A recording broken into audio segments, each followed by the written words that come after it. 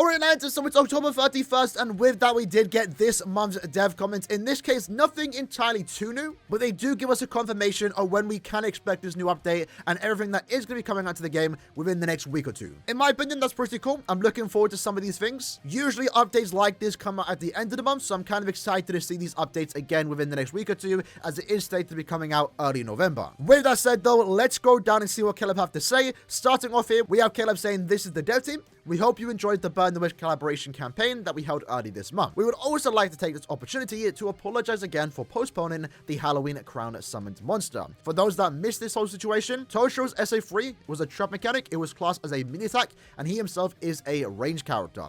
It made the character bad. In the content it was designed for, he was doing no damage on that SA3. It made no sense. People didn't like it, we complained, Caleb responded, they postponed the banner by a day, and they overall did fix the character, and now Toshiro, the Halloween version, is overall a very solid character, especially in the Guild Quest he was designed for." Continuing on, they do mention here, "In other news, today saw the arrival of the new Japanese Parasol version characters and the start of the Brave Souls campaign. We hope that you enjoy the new content." A bit disingenuous here. There isn't really much to offer in this upcoming Brave Souls campaign, I will be honest. Going over the Japanese Brave Soul characters though real quick, because this obviously is a big thing in the community right now. Rukia's SA2.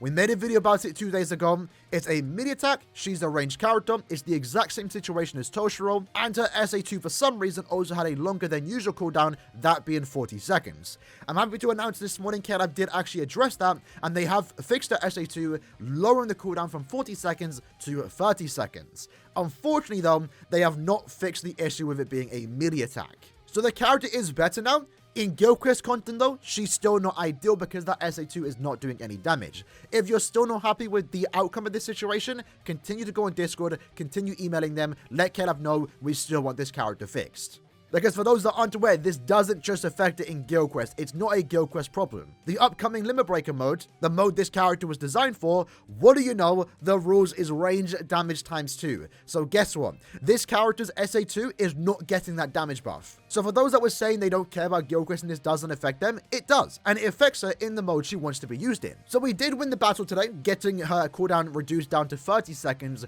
but we still haven't won the battle of making her and the other characters' SA2 utility effects a range or melee attack when appropriate. Continuing on though, they do mention here, "In addition, we would like to thank the players for the feedback we received regarding the recent updates to Guild Quest. Based on your comments, we have adjusted the rewards and taken measures against fraudulent behavior." I will say, in regards to cheaters in Guild Quest, I haven't seen much of them. I can't speak for the lower leagues because I'm not in them, but in S League, for example, I haven't seen a modded guild in quite some time. Maybe for like the first week when the new update did happen. Of course, early this month, they also did adjust the rewards. They essentially doubled the orbs that you can get from the score rewards, overall making it a lot better. I know some players still unhappy. Judging by their wording here, I don't think they intend to ever increase it again, maybe sometime in the future. But for those that do take Guild Quest seriously, that are in an A or S League guild, your orb income has seen a noticeable increase. They then mention here, "We will continue working on Brave Souls to add new quality of life improvements and develop new content. So please continue sharing your comments and feedback with us." Pretty cool for them to say that. I don't think they usually say this. Doesn't really mean much, but I appreciate when they do say stuff like this.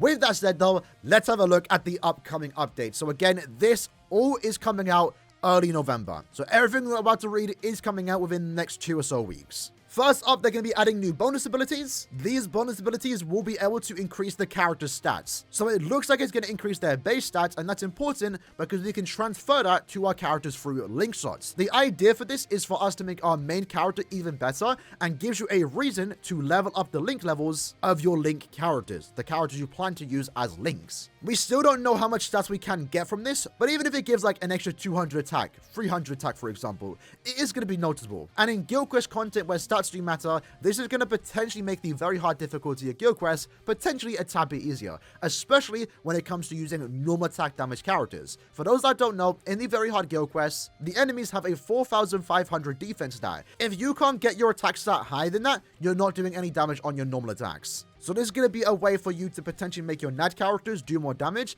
and get above that 4.5k attack stat threshold, right? I like stuff like this. It gives you more reason to work on old characters too, especially those that you plan to use as links. I've already basically gone ahead and done that, but more ways to make our character stronger is never a bad thing for me.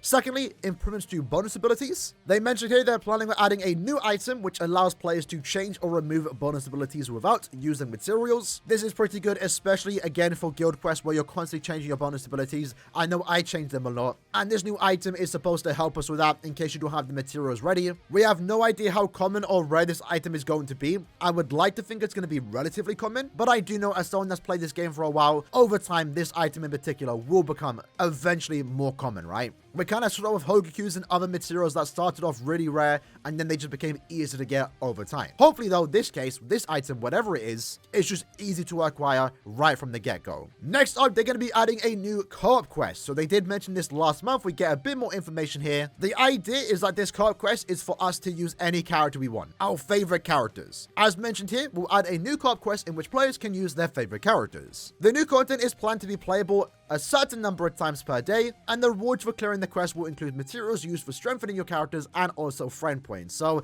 this is going to be the hit or miss for a lot of people. It's actually also our first time we've seen a co-op quest be limited in nature. We can only do it a few times per day, maybe 5 times per day, 10 times per day. We have no idea, right? But it is going to be limited per day. So hopefully the rewards that we do get here, even if it is just power-up material and friend points, is relatively decent.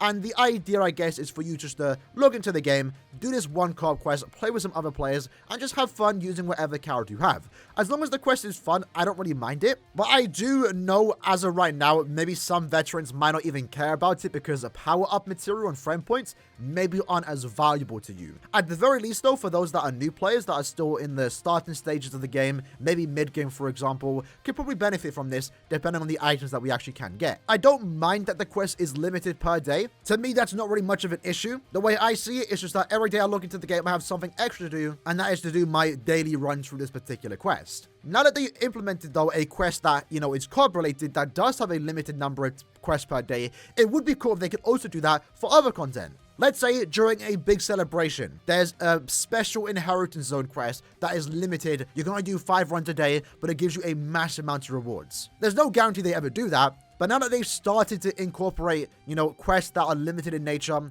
that you can only do a certain times per day, maybe they can start doing that for other gamers, right? It will give you something to do extra daily, not something to grind, so you don't get burnt out. Just log in, do this quest, you're done, you get some good rewards. But to be fair, even as a veteran, I can see the value in friend points, so I kind of like the idea of that. Con's Corner did get update early this year. It's actually pretty decent now, and depending on how much friend points we do get, the quest honestly might not even be too bad. I'm still looking forward to it because the idea is for us just to use our favorite character, and I'm going to do exactly that. I'm going to bring any character I want to, and hopefully can have a bit of fun, even if it's only for 1 time per day. And then lastly, they do mention they are re-adding the character test play feature. So obviously that was a big thing early this year when they removed it. They did announce last month that it is coming back. My hope here is that it's going to be somewhat different and a bit more unique, and it also a bit more fun. I actually unironically liked playing the test play feature because you got to try out new characters that you didn't own. And the quest itself was somewhat challenging. It was really fun using characters to try and beat it, and we had a series on that on the channel. So hopefully this quest is a tad bit different, and if it's better, not sure how they can make it better, but if it is better, then I wouldn't have mind them removing it for a few months, right? At the very least, though, any upcoming character going forward into the future, when they do release, you can test them out, so you can get a good feel of the character before you decide to summon. Now, next up, we have a few more things here. I don't think these here are planned for the upcoming update. Only these things here are coming out early November, so we might not see this till maybe December, for example. But number 2, notice display adjustment. In order to provide players with easy, accessible, and accurate information regarding the status of in-game issues, we are planning on adding a new category to the notice screen. So nothing too crazy there, just going to change a bit of the news section to make it a bit more accessible on any issues that are going on. Nothing too crazy, but it's nice they are doing that, I guess. Number 3, they're adding a new visual effect in Limit Breaker game mode for when you first get a new badge. I don't mind this, it's something small, but I like the idea of it. My hope is that you can kind of see it as you progress in the quest. Maybe in the bottom left, for example, it can show you what current medal you do have. So maybe if it's your first time playing this quest and you haven't really done research on the mode, you'll know while playing you're making progress and you made it to the potential end goal, which for most people is stage 20, where you do get your rainbow badge. Otherwise, you're kind of just going non-stop until the quest is done, and at that point you find out what you do get, right? Again, nothing too crazy, but I do like the idea of it, just more visual effects here. And then lastly, being notified when obtaining items through summons. In this case, they're planning on implementing a pop-up notification that will appear when you acquire specific items through summons. In this case, it's more so about the choose a new 5-star character summon ticket. This right here, for those that aren't aware, is the pity ticket, right? When you go to step 25, you get a ticket that guarantees you one of the 3 characters, and it's a selector of your choice. I guess this is pretty cool, especially because it's a bit anticlimactic to a certain extent, and it probably still is, but when you do step 25, it's not guaranteed anything. Like, the actual summon itself could be a golden multi, a 4-star multi, and then you go to your gift box, right? And that's where you get the ticket. Now, they aren't changing anything for the multi, but like, at least if the display looks cool, I don't know. But to be fair, maybe some people don't even know this exists. Some people just don't, like, look at the news. Some people just summon non-stop. Maybe you end up going to step 25 and didn't even realize it was a selector. Now, at least you're going to know when you do step 25. With that said, lads, that was basically the upcoming dev comments, right? So I'm quite looking forward to all this new stuff coming out into the game, literally within, like, the next 2 or so weeks, early November. So we might get more news within the week of the exact date they plan to implement these features. I don't think there's anything bad here. New bonus abilities are always cool. This makes it worth farming the game more, leveling up your characters that you plan to use as links to overall make your main character better, and hopefully have an easier time tackling the very hard guild quests. I know not everyone has a massive amount of items saved up, and sometimes you want to change your bonus abilities, you don't have those items. Now, this new item, depending on how common it is, lets you do that without using lengths of potions, droplets, and also super lengths of potions. The new Coop Quest is honestly coming faster than expected. As long as it offers decent rewards and it's worth my time, I won't mind doing it once a day, a few times a day, depending on our limit here. I like the idea of it, just something to do extra daily. And then finally, the test play feature is returning. I know they shouldn't have removed it in the first place, but if it comes back better, then I'm all for it. Let me know in the comments below what you're most excited for in this upcoming update. I'll see you guys next time. Take care and peace.